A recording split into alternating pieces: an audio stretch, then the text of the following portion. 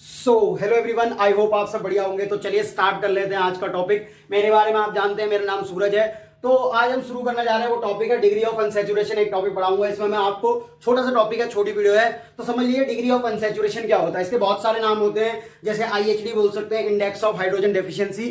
कुल मिला के आपको क्या कहते हैं ना, आपको अगर पाई बॉन्ड दिया हो या क्या कहते हैं कोई रिंग दी हो, उसको आपको कन्वर्ट करना है ओपन सैचुरेटेड कंपाउंड में। तो आइए समझ लेते हैं कि आप कैसे निकालेंगे कि किसकी, जैसे कोई स्ट्रक्चर आपको गिवन होगा, उस गिवन स्ट्रक्चर में ड्यू कितनी है, यानी कितने उसमें डबल बॉन्ड या पाई बॉन्ड को देख के, पाई बॉन्ड को डबल बॉन्ड कहते हैं, या रिंग को देख के आप पहचान सकते हैं कि इसमें कितने हाइड्रोजन मॉलिक्यूल कम है। तो आइए बात कर लेते हैं डिग्री ऑफ अनसैचुरेशन की। इसमें दो तीन केस है, उनको समझते हैं। जिसमें आपको पहला केस दे रखा है, अगर आपको स्ट्रक्चर गिवन हो तो केस वाइज कैसे सॉल्व करेंगे। आपको अगर मान लो कोई स्ट्रक्चर दे रखा हो, उसमें बताना होगा कि कितना ड्यू है उसकी, तो उसको बात कर लेते हैं। तो केस वन आपको दे रखा है कि अगर ड्यू में आपको क्या दिया हो, अनसैचुरेटेड कंपाउंड। अनसैचुरेटेड कंपाउंड को जानते हो, देखो जब कार्बन कार्बन के बीच में सिंगल बॉन्ड होता है तो ये क्या होता है सर, सैचुरेटेड। अगर कार्बन कार्बन के बीच में सिंगल बॉन्ड हो तो इसको बोलते हैं सैचुरेटेड कंपाउंड। और कार्बन कार्बन के बीच में डबल बॉन्ड हो या कार्बन कार्बन के बीच में ट्रिपल बॉन्ड हो तो ये किसकी कैटेगरी में आते हैं सर, ये आते हैं अनसैचुरेटेड की कैटेगरी में।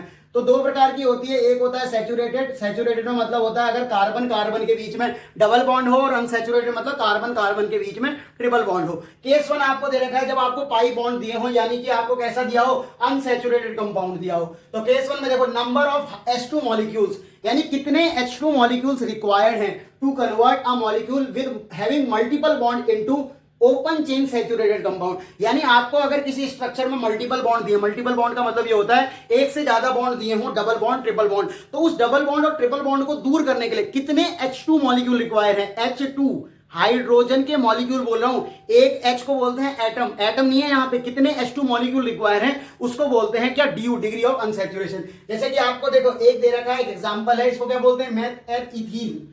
अब ये जो इथीन है इसमें क्या है sir, CH2 double bond CH2 है।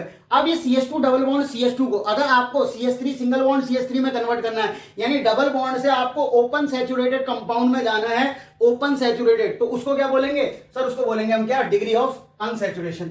जैसे अगर मैं एक पाई बॉन्ड को तोड़ूं, एक पाई बॉन्ड हटाऊं, तो एक H मुझे यहां देना पड़ेगा, एक H मुझे यहां देना पड़ेगा। तो इसके पास क्या हो जाएगा सर, CH2 पहले से था, एक H और आ जाएगा और एक H यहां से आ जाएगा, तो ये क्या बन जाएगा, CH3 सिंगल बॉन्ड CH3। यानी कितने H2 मॉलिक्यूल रिक्वायर हुए सर, एक H2 मॉलिक्यूल रिक्वायर हुए एक पाई बॉन्ड को तोड़ने के लिए। तो याद रखना, एक पाई बॉन्ड को तोड़ने के लिए कितने H2 मॉलिक्यूल रिक्वायर हुए सर, एक H2 का मॉलिक्यूल रिक्वायर हुआ। इसीलिए इसकी अगर कोई तुमसे पूछ ले ड्यू कितना है, यानी डिग्री ऑफ अनसैचुरेशन कितना है, तो 1 आएगा। तो मैं यहां पे लिख सकता हूं ड्यू बराबर 1। तो मैं यहां से एक कंक्लूजन निकाल सकता हूं कि एक बॉन्ड ना, एक बॉन्ड नहीं, एक पाई बॉन्ड की ड्यू कितनी होती है, 1 होती है। कोई पूछ ले अगर 2 पाई बॉन्ड प्रेजेंट है तो 2 पाई बॉन्ड के लिए कितनी ड्यू हो जाएगी, 2 हो जाएगी। कोई पूछे 3 पाई बॉन्ड प्रेजेंट है स्ट्रक्चर में, तो ड्यू कितनी हो जाएगी, 3 हो जाएगी। कोई कहे पूरे स्ट्रक्चर में 4 पाई बॉन्ड प्रेजेंट है तो कितनी ड्यू हो जाएगी, 4। यानी कि अगर एक पाई बॉन्ड हो, याद रखो एक पाई बॉन्ड हो, तो उसके लिए डिग्री ऑफ अनसैचुरेशन यानी हाइड्रोजन डेफिशिएंसी कितनी होती है सर, H2 का मॉलिक्यूल 1 चाहिए, इसलिए इसकी ड्यू कितनी होती है, 1 होती है। आपको मैंने दिखा दिया, एग्जांपल आपके सामने है। अगला केस है, देखो अगर आपको रिंग दी हो, पहला केस था कि अगर आपको स्ट्रक्चर गिवन हो, उस स्ट्रक्चर में आपको पाई बॉन्ड या मल्टीपल बॉन्ड दिए हो, तो आपको मल्टीपल बॉन्ड को तोड़ते हुए ये चेक करना है कितने H2 मॉलिक्यूल रिक्वायर हुए। अगर एक H2 मॉलिक्यूल रिक्वायर है तो ड्यू 1 है, अगर 2 H2 मॉलिक्यूल रिक्वायर है तो ड्यू कितनी है, 2 है, अगर 3 H2 मॉलिक्यूल रिक्वायर है तो ड्यू 3 है। ऐसे आप क्या कर सकते हो पाई बॉन्ड के केस में। दूसरा केस क्या होता है, अगर आपको रिंग दी हो, रिंग क्या होता है सर, आपने कोई भी स्ट्रक्चर जो कि क्या कहते हैं गोले के समान हो, जैसे ये एक रिंग है, ठीक है, आपको ये दिख रहा है, ये कुछ क्या कहते हैं शायद उसकी वो आता है, क्या कहते हैं उसे, और नाम याद नहीं आ रहा मुझे, रसमलाई, उसका ढक्कन है, प्रचार कर रहे हो क्या। और जैसे आपको ये कोई दिख गया, ये रिंग स्ट्रक्चर है, इस रिंग को अगर मैं काट दूं बीच में से, अगर मैं इस रिंग को काट के ओपन सैचुरेटेड में कन्वर्ट करूं, तो इसके लिए ड्यू हम देख सकते हैं। तो देखो ड्यू निकालना है तो आप कैसे करेंगे, रिंग के केस में how many bonds are cleaved, कितने बॉन्ड आपको क्लीव करने पड़ेंगे, क्लीव मतलब होता है तोड़ना, कितने बॉन्ड्स आपको क्लीव करने पड़ेंगे to form open saturated compound, यानी ओपन सैचुरेटेड कंपाउंड बनाने के लिए कितने बॉन्ड्स आपको तोड़ने पड़ेंगे जिससे वो एक ओपन सैचुरेटेड कंपाउंड में बदल जाए, उसको क्या बोलते हैं सर, डिग्री ऑफ अनसैचुरेशन। जैसे आपको बॉन्ड तोड़ना है, अगर मुझे इस वाले का बॉन्ड तोड़ के ओपन सैचुरेटेड में कन्वर्ट करना है, तो मैं क्या करूंगा, मान लो ये बॉन्ड तोड़ दिया, तो मेरे को क्या करना पड़ेगा, देखो स्टार्टिंग में ये CH2 होगा, ये भी CH2 होगा, और ये भी क्या होगा सर CH2 होगा, तभी ये आपस में जुड़े होंगे। देखो इस कार्बन के 2 बॉन्ड ये हो गए, 1 बॉन्ड ये हो गया, 1 बॉन्ड ये हो गया, सबकी वैलेंसी 4 है। तो अगर मुझे इसको तोड़ना है तो मुझे एक H तो मुझे इसको देना पड़ेगा और एक H मुझे इसको देना पड़ेगा, यानी यहाँ पे CH3 और यहाँ पे CH3। तो अगर मैं इसको तोड़ के अगर स्ट्रक्चर बनाऊंगा तो ये क्या बनेगा, CH3 CH2 CH3। ये देखो आपने क्या किया, एक रिंग वाले स्ट्रक्चर को क्या कहते हैं, एक बॉन्ड क्लीव करके आपने किस में कन्वर्ट किया, CH3 CH2 CH3 में। यानी कि अगर आपको रिंग को तोड़ना है तो यहां पे देखो एक रिंग में अगर एक पाई बॉन्ड तोड़ना है, मतलब पाई बॉन्ड सॉरी, एक रिंग में अगर एक बॉन्ड क्लीव करना है तो आपको एक H2 मॉलिक्यूल रिक्वायर है। जैसे अगर मुझे इसको तोड़ना पड़ा, मान लो इसको मैं अगर करूं तोड़ के बनाऊं स्ट्रक्चर, तो देखो ये स्टार्टिंग में क्या होगा, CH2 होगा, ये भी CH2 होगा, ये भी CH2 होगा और ये भी क्या होगा, CH2 होगा। आपने एक एक H दे दिया इसको और इसको, तो अगर इसका ओपन स्ट्रक्चर बनाओगे तो ये क्या बनेगा, CH3 CH2 CH2 और ये CH3। तो देखो एक बॉन्ड को तोड़ने के लिए आपको कितना लगा सर, एक H2 मॉलिक्यूल, यानी DU1 हो गई। ऐसे ही आप इसमें भी करोगे, एक H यहां लगेगा, एक H यहां लगेगा, एक ही लगेगा, और अगर आप इसको भी तोड़ोगे तो एक ही H लगेगा। तो आपको एक ऑब्जर्वेशन आ रही होगी, अगर मैं रिंग की बात करूं तो रिंग में भी अगर एक रिंग है तो एक रिंग की DU कितनी होती है सर, 1 होती है। एक रिंग की DU कितनी होती है, 1 होती है। तो आज से याद रखना कि अगर आपको एक पाई बॉन्ड की DU पूछे तो भी 1 है, यानी एक पाई बॉन्ड को तोड़ने के लिए आपको कितने H2 मॉलिक्यूल रिक्वायर चाहिए होंगे, एक चाहिए होगा। यानी डिग्री ऑफ अनसैचुरेशन या इंडेक्स ऑफ हाइड्रोजन डेफिशिएंसी कितनी होगी, 1 होगी। तो एक पाई बॉन्ड की DU भी 1 होती है और एक रिंग की भी DU 1 होती है। अगर मान लो ये दो रिंग आपस में फ्यूज होती, मान लो ऐसे करके होता, ये तो देखो इस रिंग को तोड़ने के लिए आपको एक H चाहिए होता और इस वाली रिंग को तोड़ने के लिए आपको एक H और एक H चाहिए होता। तो यहां पे भी अगर मैं पूछूं इस रिंग में DU कितनी हो जाएगी सर, 2 रिंग है तो यानी DU बराबर 2। तो आपको सिर्फ ये याद रखना है कि एक पाई बॉन्ड की DU 1 होती है और एक रिंग की DU भी 1 होती है। देखो 2 क्वेश्चन है इस पे आपको मैं दे रहा हूं, करिए पॉज स्क्रीन को और सॉल्व करिए, ये नोट कर लिया होगा आपने। देखो इस वाले केस में जितने भी पाई बॉन्ड देख रहे हैं, पाई बॉन्ड को तोड़ के ओपन सैचुरेटेड कंपाउंड में कन्वर्ट करना है, यानी एक पाई बॉन्ड की DU 1 होती है और एक रिंग की DU 1 होती है। आइए स्टार्ट करते हैं। देखो यहां पे भी एक पाई बॉन्ड है, COOH का भी पाई बॉन्ड, तो पाई बॉन्ड है ना, इसको भी तोड़ना पड़ेगा। तो एक पाई बॉन्ड यहां पे टूटा, एक पाई बॉन्ड यहां पे टूटा, एक पाई बॉन्ड यहां पे टूटा, तो टोटल कितने पाई बॉन्ड टूट गए सर, 3 पाई बॉन्ड टूट गए। 3 पाई बॉन्ड की DU 3 हो गई, पर एक अभी रिंग भी तो है बेटे, तो आपको रिंग भी तोड़ना पड़ेगा। तो रिंग को तोड़ने के लिए एक और H2 मॉलिक्यूल रिक्वायर होगा, तो 4 आपको H2 मॉलिक्यूल रिक्वायर हुए, यानी DU कितनी हो गई इसकी सर, DU हो गई 4।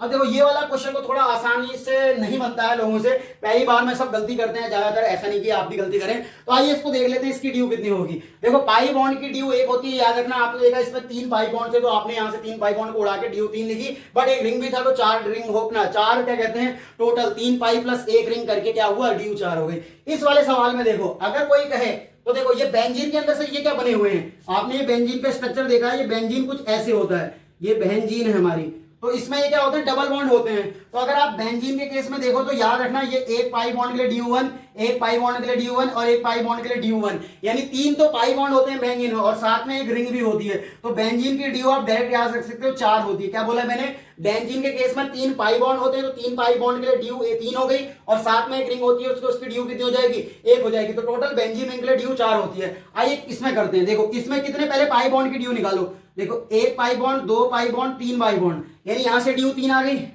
फिर 4 पाई बॉन्ड, 5 बॉन्ड वाई, 5 पाई बॉन्ड DU 5, फिर 6 बॉन्ड, 7 पाई बॉन्ड, तो यहां से 7, तो यानी पाई बॉन्ड की DU कितनी हो गई, 7 DU हो गई यहां पाई बॉन्ड की। अब रिंग देखो, 1 रिंग, 2 रिंग, 3 रिंग, तो 7 3 10 और अभी और देखो, अब क्या है, आप अगर इसको खोलोगे तो यहां पे भी तो एक रिंग बन रही है, देखो क्लोज वाली, एक रिंग इस तरफ से, एक रिंग इस तरफ से, क्योंकि आपको यहां पे भी क्या देना पड़ेगा, एक HS देना पड़ेगा, ताकि ये रिंग भी अलग खुल जाए और ये रिंग भी अलग खुल जाए। तो इसमें जिसने DU 10 लिखा था उसका गलत है, DU होगा 12। कैसे DU 12 आया, क्योंकि देखो ये वाली तो आपको सामने देख के मिल रही है, पर ये देखो ये भी तो एक क्लोज स्ट्रक्चर है, रिंग का मतलब क्या होता है, क्लोज स्ट्रक्चर, और ये भी क्या है, क्लोज स्ट्रक्चर है। तो यहाँ पे भी क्या है, 2 रिंग और है ऑटोमेटिकली जो आपको दिखने नहीं थी, इस वजह से आपका हो सकता है ये गलत भी हो गया होगा, नहीं भी हुआ होगा तो आपको बहुत सारी शुभकामनाएं। इस तरह से आप DU निकाल सकते हैं। अगर आपको गिवन स्ट्रक्चर हो, स्ट्रक्चर आपको गिवन हो, तो आप बता सकते हो कि DU क्या है। एक अगर आपको मॉलिक्यूलर फॉर्मूला गिवन हो तो उसके लिए अलग केस होता है, आप इसको नोट करो, मॉलिक्यूलर फॉर्मूला गिवन हो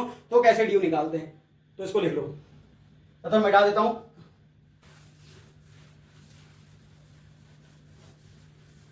तो आ जाओ केस 3। अगर आपको क्या हो, मॉलिक्यूलर फॉर्मूला गिवन हो, अगर आपको स्ट्रक्चर गिवन हो तो स्ट्रक्चर गिवन के लिए आप कर सकते हो सीधा। अगर आपको मॉलिक्यूलर फॉर्मूला गिवन हो तो कैसे करेंगे, मॉलिक्यूलर फॉर्मूला गिवन हो तो ड्यू निकालने के लिए एक फॉर्मूला होता है, उसको आप नोट करो।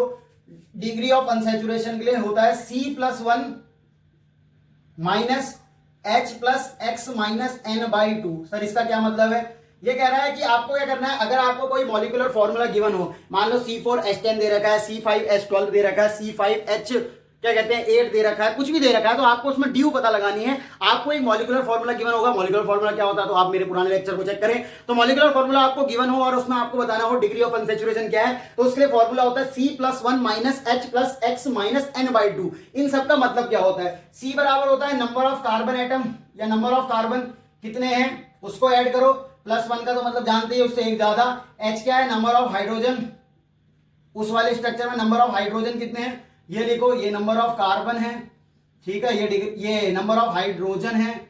और x क्या होता है? Number of halogen atom. क्या होता है? Number of halogen atom. ये x वो नहीं है जो आपकी चले गई है, नंबर ऑफ हेलोजन एटम, ये कार्बन एटम, ये हाइड्रोजन एटम, और ये क्या होगा तुम्हारा हेलोजन एटम। x बराबर आपको क्या दिया हो सकता है? x बराबर फिर कल बाहर आई आंटी, फिर क्लोरीन, ब्रोमीन, आयोडीन, ये आपको दिए हो सकते हैं। और आपका जो n है यहाँ पे वो क्या है? Number of nitrogen.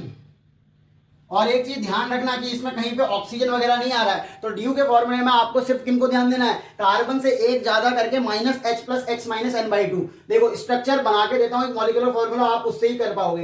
तो आपको जैसे देगा C4H10 में आपको ड्यू निकालनी है मान लो, तो ड्यू निकालने के लिए आप क्या करोगे? कार्बन कितने हैं सर? 4 हैं, तो कार्बन +1 करोगे, यानी कि 4 पहले से प्रेजेंट कार्बन है उसमें 1 जोड़ के अब चेक करो माइनस H कितने हैं सर? 10 है, तो 10 करूंगा।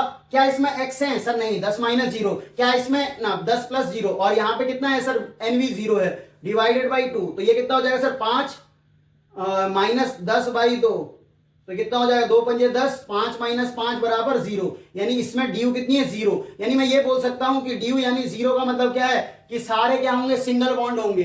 कभी भी आपको पता करना हो अगर ड्यू 1 आ रही है तो उसका आप ये सोच सकते हो कि इसमें एक पाई बॉन्ड होगा या एक रिंग हो सकती है। कभी ड्यू 2 आ जाए तो ये सोच सकते हो कि इसमें 2 पाई बॉन्ड हो सकते हैं या फिर 2 रिंग हो सकती है, या एक पाई बॉन्ड एक रिंग हो सकती है। और वैसे भी आपको बताइए जब कार्बन 2 से ना कार्बन के 2 गुने से ज्यादा हाइड्रोजन हो, साथ में 2 हो, जैसे आपको ये पता है CnH2n+2, ये एल्केन के लिए होता है। एल्केन में क्या होते हैं सर? कोई भी पाई बॉन्ड नहीं पाए जाते। जब कार्बन से 2 गुने हाइड्रोजन से +2 ज्यादा हो तो उसको बोलते हैं क्या? एल्केन। आप अगर निकालो इसमें C5H12 में, तो C5H12 में क्या करोगे? 5 प्लस 1 माइनस ये क्या हो जाएगा? 12 प्लस 0 माइनस 0, ये कितना हो जाएगा? 2, ये 2 छिंगे 12, और ये 6 माइनस 6, यानी डी यहाँ पे 0, यानी ये भी एक ओपन सैचुरेटेड होगा। एक और एग्जांपल से समझते हैं, जब तक एग्जांपल से क्लियर ना हो जाए। C4H10O, सर यहाँ पे ऑक्सीजन भी आ रहा है, अब इसका क्या करें बेटे? इसको करने के लिए वैसे ही 4 प्लस 1, जितने कार्बन है उससे एक ज्यादा, माइनस H कितने आपके? 10/2। क्या इसमें x है? नहीं है सर, यानी x यहाँ पे 0 और n भी यहाँ पे 0। ऑक्सीजन से कोई मतलब नहीं है, ऑक्सीजन हो तो होने दो। ये कितना हो जाएगा सर? 5 माइनस 5, 2 पंजे 10 होता है, 5 माइनस 5 बराबर 0, यानी कि ये क्या होगा सर? एक ओपन सैचुरेटेड कंपाउंड होगा। यानी आप इसको ऐसे बना सकते हो C4H वाले को।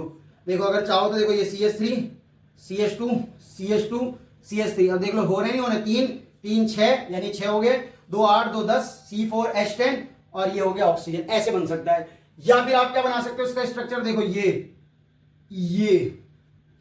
ये स्ट्रक्चर भी सही है। तो ऐसे आपको पता चल गया कि ओपन सैचुरेटेड कंपाउंड। और अगर आपको मान लो कोई और एग्जांपल देना है, जैसे मैंने आपको दिया C5H10 Cl2, इसमें पता लगाना है, तो देखो क्या करोगे? 5 प्लस 1, और ये क्या हो जाएगा? 10 प्लस 2 माइनस 0/2, क्योंकि x हेलोजन एटम होता है और हेलोजन एटम की संख्या 2 है, तो क्लोरीन के लिए 2 ऐड करना पड़ेगा। तो ये कितना हो जाएगा? 10 प्लस 2 6, 2 छिंग 12, यानी ये 6 बार में कटेगा, क्योंकि 10 प्लस 2 12 हो जाएगा, और 2 छिंग 12, 6 माइनस 6 कितना हो जाएगा सर? 0 हो जाएगा, यानी कि इसकी डी कितनी है सर? 0 है। तो इस तरह से आप पता लगा सकते हो कि डी कैसे निकालते हैं, डिग्री ऑफ अनसैचुरेशन। मैंने 3 मेथड आपको बता दिया। अगर आपको स्ट्रक्चर गिवन हो तो उसमें आप चेक करोगे कितने पाई बॉन्ड प्रेजेंट है। अगर पाई बॉन्ड की संख्या 1 है तो डी 1 होगी, जितने भी पाई बॉन्ड उतनी डी, यानी एक पाई बॉन्ड की डी 1 होती है, एक रिंग की भी डी 1 होती है। और साथ में अगर आपको कभी क्या हो मॉलिक्यूलर फॉर्मूला गिवन हो, तो मॉलिक्यूलर फॉर्मूले में आपको फॉर्मूला लगाना है C+1 H plus x minus n/2। यहाँ पे अगर फॉर्मूले में देखो तो ऑक्सीजन क्या कहते हैं, सल्फर वगैरह कोई यूज नहीं, इसके अलावा जो भी आपको फॉर्मूले में दिख जाए सल्फर वगैरह उसको इसमें पुट नहीं करना है, सीधा आपको हाइड्रोजन एटम और हेलोजन एटम को जोड़ के नाइट्रोजन एटम से मतलब घटा के 2 से डिवाइड कर देना है। जो भी आएगा वो डिग्री ऑफ अनसैचुरेशन होगी। अगर यहाँ पे देखो ड्यू कितनी आई है इसकी 0 आई है, यानी इसमें कोई भी पाई बॉन्ड नहीं है। यहाँ पे भी ड्यू 0 आई है, इसका मतलब कोई पाई बॉन्ड नहीं है। अगर आपको एक एग्जांपल दिखाई देता हूँ कि अगर ड्यू पे आ जाए आपकी गलती से 1 आ जाए, जैसे आपको C4H8 दे रखा है, तो C4H8 के लिए अगर आप ड्यू निकालोगे तो 4 + 1 - 8/2 डायरेक्ट लिख दिया, क्योंकि 2 × 8 5 - 4 = 1, यानी ड्यू इसकी कितनी है सर 1 है। ड्यू 1 है, इसके 2 स्ट्रक्चर पॉसिबल हैं। देखो 3 कार्बन से अगर कम है तो रिंग नहीं बन सकती, ये भी याद रखना। 3 कार्बन से अगर कम है यानी CH3 है तो कभी रिंग नहीं बनेगी। कार्बन कम से कम 3 होने चाहिए, तब जाके कोई एक रिंग बनती है। सबसे छोटी रिंग कार्बन की जब बनती है तो वो 3 कार्बन की बनती है, जहां पे ये CH2 होगा, ये CH2 होगा और ये CH2 होगा। कार्बन की सबसे छोटी रिंग कितनी होती है 3 कार्बन की, यानी एक रिंग बनने के लिए कम से कम 3 कार्बन होने चाहिए। अगर 3 कार्बन से कम आ रहे हैं तो समझ लो रिंग होगी नहीं उसमें, उसकी चाहे ड्यू 1 भी हो 2 भी हो, उससे कोई मतलब नहीं है। अगर 2 कार्बन है तो उसकी कोई रिंग नहीं बनेगी, 3 कार्बन से ही मिनिमम एक रिंग बनेगी। अब यहाँ पे ड्यू 1 आई है, यानी इसका एक पाई बॉन्ड होगा और क्या हो सकता है एक रिंग हो सकती है। देखो अगर मैं रिंग बना दूं तो ये बन गया नहीं CH2 और ये भी CH2। देखो कार्बन 4 है और हाइड्रोजन 2 4 6 8, तो एक स्ट्रक्चर ये बन सकता है और एक स्ट्रक्चर ये भी तो बन सकता है बेटे कि इसमें CH डबल बॉन्ड CH3। तो देखो 3 3 6 2 8 और ये कार्बन 4, ऐसे ही बन सकता है। पाई बॉन्ड की पोजीशन आप इधर उधर कर सकते हो। तो आप अगर आपका ड्यू क्या कहते हैं 1 आ जाए तो इससे आप ये गैस कर सकते हो स्ट्रक्चर में कि एक पाई बॉन्ड हो सकता है और एक रिंग हो सकता है। याद रखना अगर 3 से कम कार्बन है तो रिंग नहीं बनेगी। वहां पे आपको अगर पाई बॉन्ड आ रहा है तो इसका मतलब ना पाई बॉन्ड नहीं, सॉरी ड्यू 1 आ रहा है तो इसका मतलब उसमें पाई बॉन्ड ही है। कुछ आपको ऑब्जर्वेशन अपने दिमाग में डालनी होंगी। यहां तक आपको अगर समझ में हो गया है तो पढ़ाई करते रहे। ऑल द वेरी बेस्ट, मिलते हैं आपसे नेक्स्ट लेक्चर में, तब तक के लिए बाय बाय।